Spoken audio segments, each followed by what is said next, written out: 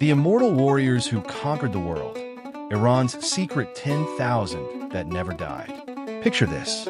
You're a Greek soldier standing on a hilltop. You see them coming. Row after row of identical warriors. Their armor gleams in the sunlight. Their spears point forward like a deadly forest. But here's what terrifies you most. No matter how many fall, there are always exactly 10,000 of them. Always. Welcome to the world of Iran's Immortal Army. These weren't mythical beings. They were real warriors who built the largest empire the world had ever seen. And today, you're going to discover their secrets. The year is 550 BCE. Cyrus the Great has just founded the Persian Empire. He needs elite troops, not just any soldiers. He needs warriors who can strike fear into enemy hearts before the battle even begins. So he creates the Immortals. The name comes from their most terrifying feature. They always numbered exactly 10,000 men. Every single death was immediately replaced. Imagine facing an army that never gets smaller. No matter how many you kill, their ranks remain full. Herodotus, the Greek historian, described them as heavy infantry led by Commander Hydarnes. But they were more than just soldiers. They were the king's personal bodyguard, the empire's most trusted warriors, who could become an immortal. Not just anyone. They consisted primarily of Persians, the empire's core people. These men underwent brutal training.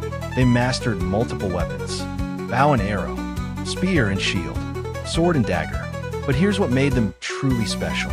They didn't just fight. They lived like kings on campaign. They were honored so highly that they were permitted to travel with their own servants and concubines. Other armies suffered on long marches. The Immortals maintained their strength and morale. Their equipment was legendary. Colorful robes that concealed scale armor underneath. They were probably better protected with armor and armed with spears.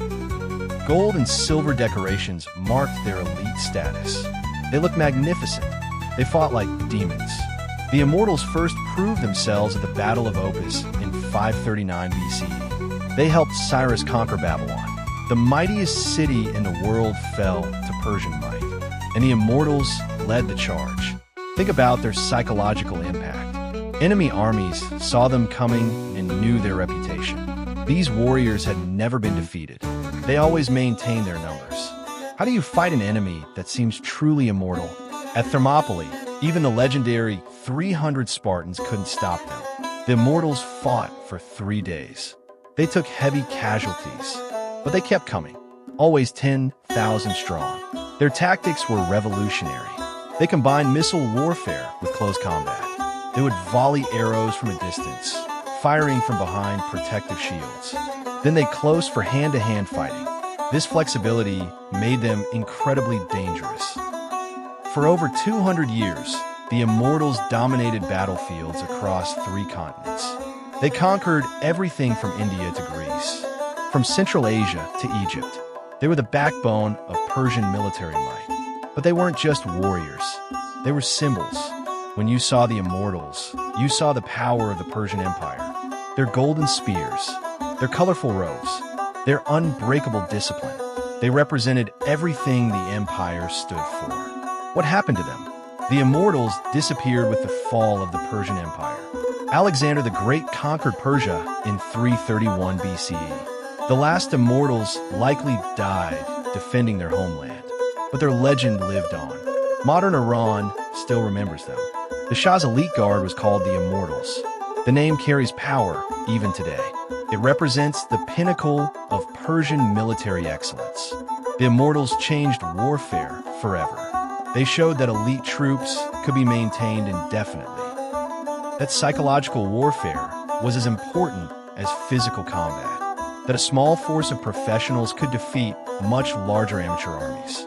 Their legacy influences military thinking today. Special forces around the world study their methods.